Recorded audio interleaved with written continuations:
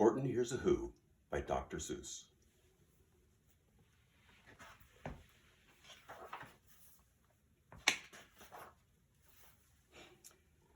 On the 15th of May, in the jungle of Newell, in the heat of the day, in the cool of the pool, he was splashing, enjoying the jungle's great joys, when Horton the elephant heard a small noise.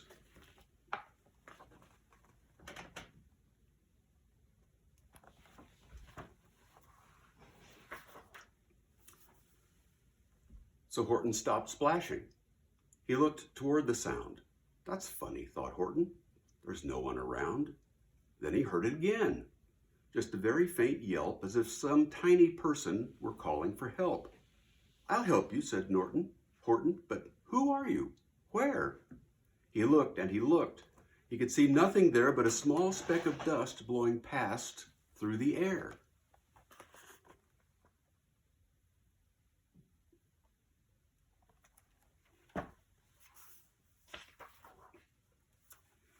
I say, murmured Horton, I've never heard tell of a small speck of dust that is able to yell. So you know what I think? Why, I think that there must be someone on top of that small speck of dust. Some sort of a creature of very small size, too small to be seen by an elephant's eyes.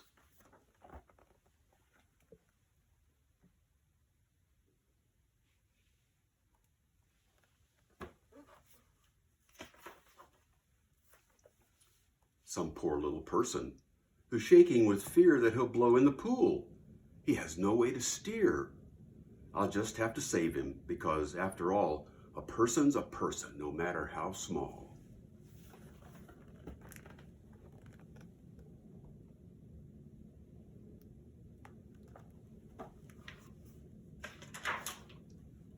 So, gently, and using the greatest of care, the elephant stretched his great trunk through the air, and he lifted the dust speck and carried it over and placed it down safe on a very soft clover.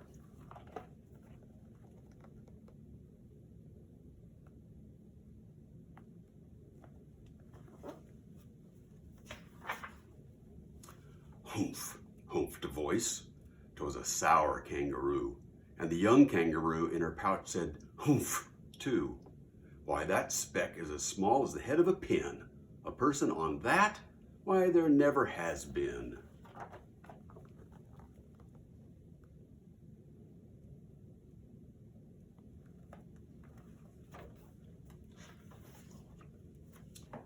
Believe me, said Horton, I tell you sincerely, my ears are quite keen, and I heard him quite clearly.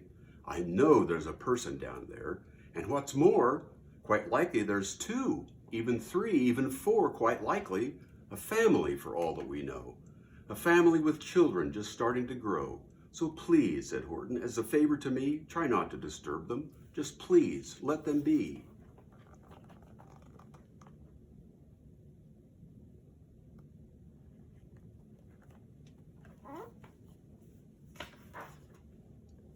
I think you're a fool, laughed the sour kangaroo.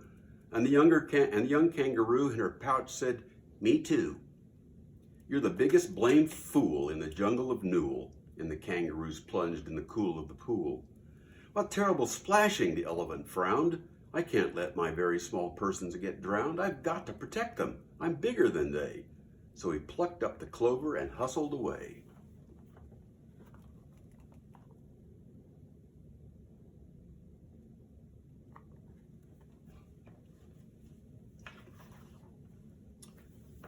Through the high jungle treetops, the news quickly spread.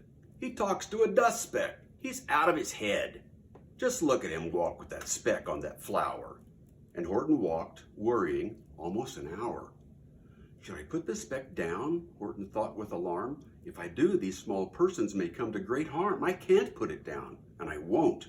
After all, a person's a person, no matter how small.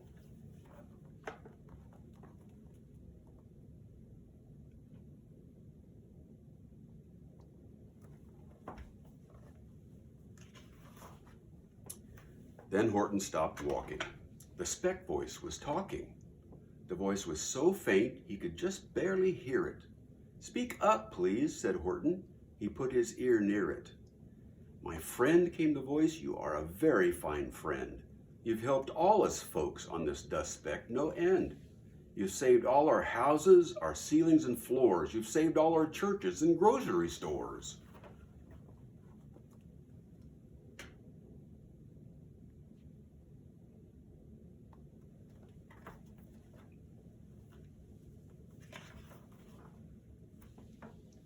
You mean? Horton gasped. You have buildings there too? Oh yes, piped the voice. We most certainly do. I know, called the voice. I'm too small to be seen, but I'm mayor of a town that is friendly and clean. Our buildings to you would seem terribly small, but to us who aren't big, they are wonderfully tall. My town is called Whoville, for I am a Who, and we Whos are all thankful and grateful to you. And Horton called back to the mayor of the town, you're safe now, don't worry. I won't let you down.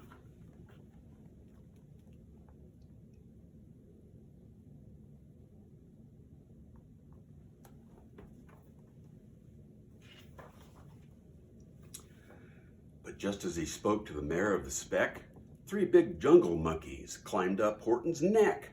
The Wickersham brothers came shouting, what rot! This elephant's talking to Whos who are not. There aren't any Whos, and they don't have a mayor, and we're going to stop all this nonsense, so there.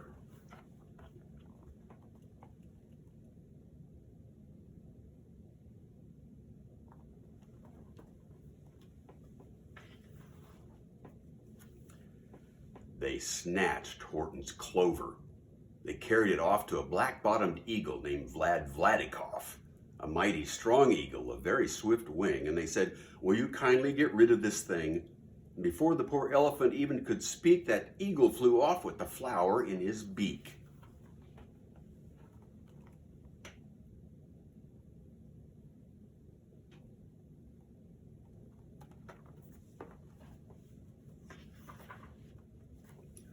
All that late afternoon and far into the night, that black-bottomed bird flapped his wings in fast flight, while Horton chased after with groans over stones that tattered his toenails and battered his bones, and begged, please don't harm all my little folks who have as much right to live as us bigger folks do.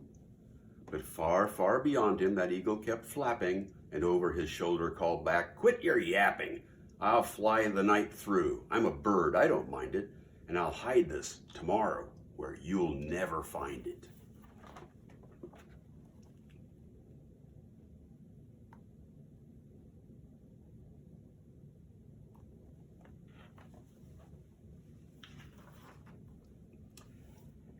At 6:56 the next morning, he did it. It was a terrible place that he hid it. He let that small clover drop somewhere inside of a great patch of clovers 100 miles wide. Fine that, sneered the bird, but I think you will fail. And he left with a flip of his black-bottomed tail.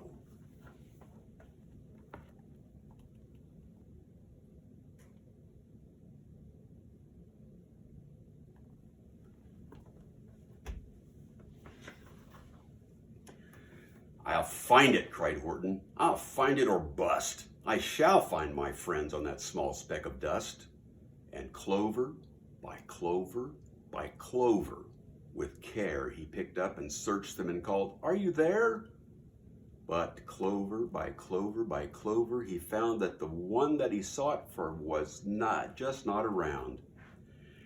And by noon, poor old Horton, more dead than alive, had picked, searched, and piled up 9,005.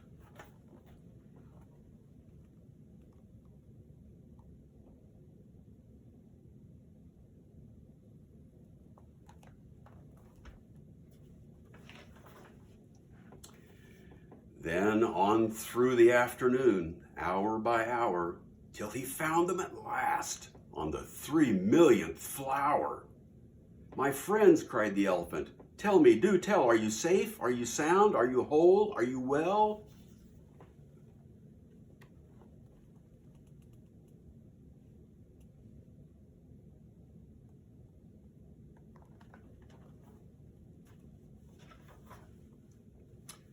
From down on the speck came the voice of the mayor. We've really had trouble, much more than our share. When that black-bottomed birdie let go and we dropped, we landed so hard that our clocks have all stopped. Our teapots are broken, our rocking chairs smashed, and our bicycle tires all blew up when we crashed. So Horton, please, pleaded that voice of the mayor's, will you stick by us who's while we're making repairs? Of course, Horton answered, of course I will stick. I'll stick by you small folks through thin and through thick.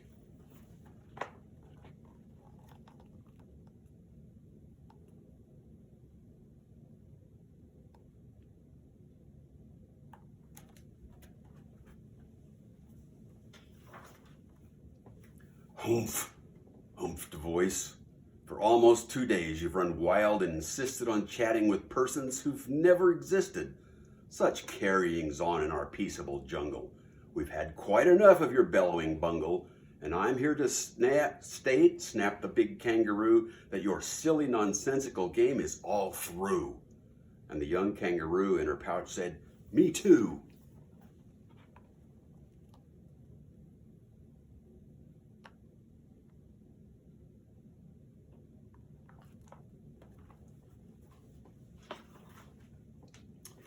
With the help of the Wickersham brothers and dozens of Wickersham uncles and Wickersham cousins and Wickersham in-laws whose help I've engaged, you're going to be roped, you're going to be caged, and as for your dust speck, ha!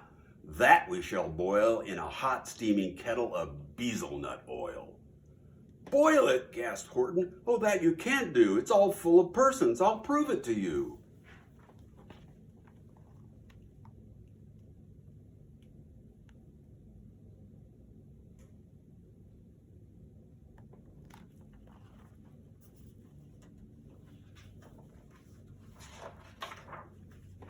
Mr. Mayor, Horton called. Mr. Mayor, you've got to prove now that you really are there. So call a big meeting, get everyone out.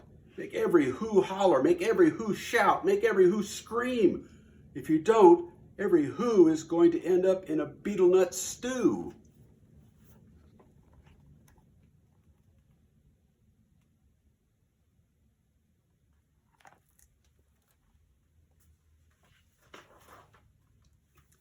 And down on the dust speck, the scared little mayor quick called a big meeting in Whoville Town Square. And his people cried loudly. They cried out in fear, "We are here! We are here! We are here! We are here!"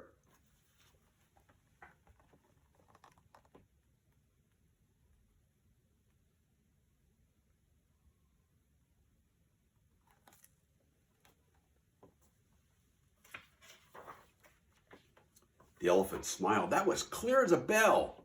You kangaroos surely heard that very well.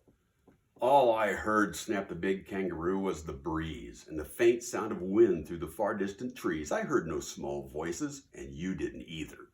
And the young kangaroo in her pouch said, "Me neither."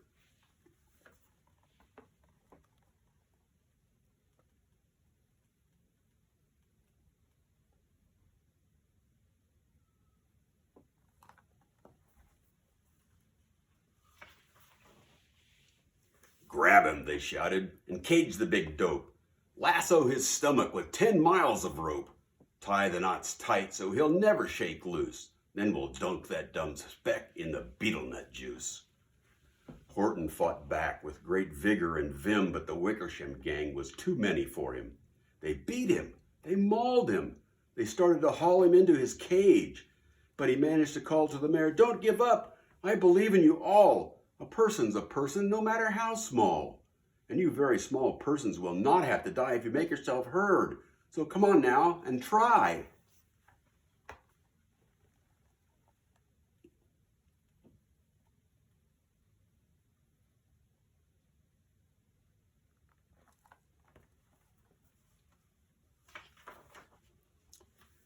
The mayor grabbed a tom-tom. He started to smack it. And all over Whoville they hooped up a racket. They rattled tin kettles. They beat on brass pans, on garbage pail tops and old cranberry cans. They blew on bazookas and blasted great toots on clarinets, oompas and boompas and flutes.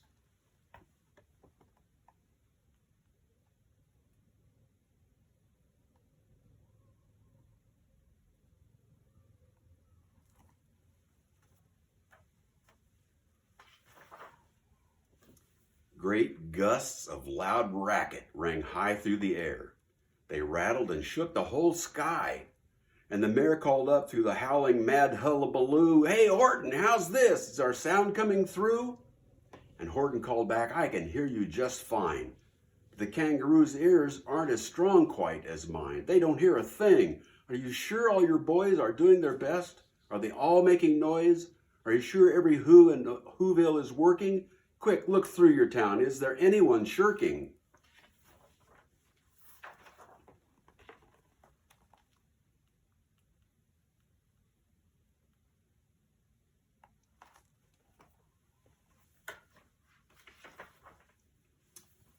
Through the town rushed the mayor from east to the west, but everyone seemed to be doing his best.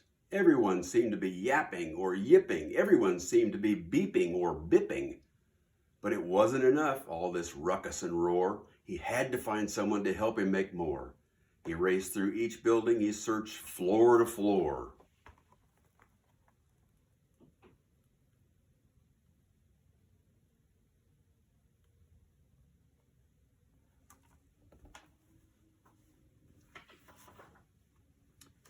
And just as he felt he was getting nowhere and almost about to give up in despair, he suddenly burst through a door, and that mayor discovered one shirker quite hidden away in the Fairfax Apartments, apartment 12J, and a very small shirker named Jojo was standing, just standing, and bouncing a yo-yo, not making a sound, not a yip, not a chirp.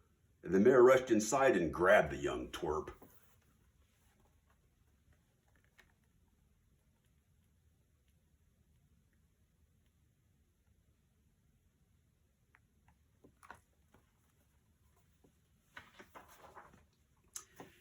And he climbed with the lad up the Eiffelberg Tower.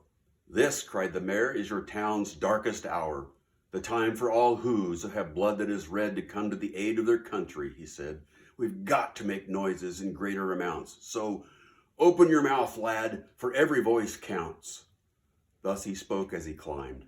When he got to the top, the lad cleared his throat and shouted out, "Yop!"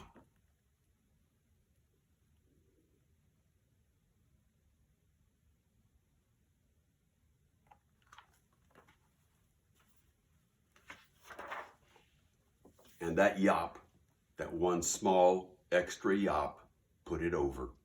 Finally, at last, from that speck on that clover, their voices were heard. They rang out clear and clean, and the elephant smiled. "Do you see what I mean? They've proved they are persons, no matter how small, and their whole world was saved by the smallest of all." "How true! Yes, how true," said the big kangaroo. "And from now on, you know what I'm going to do? From now on, I'm going to protect them with you." And the young kangaroo in her pouch said,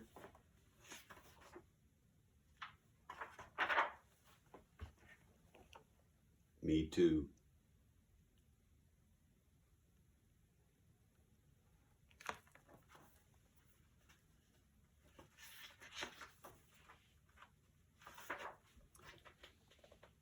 From sun in the summer, from rain when it's fallish, I'm going to protect them, no matter how smallish.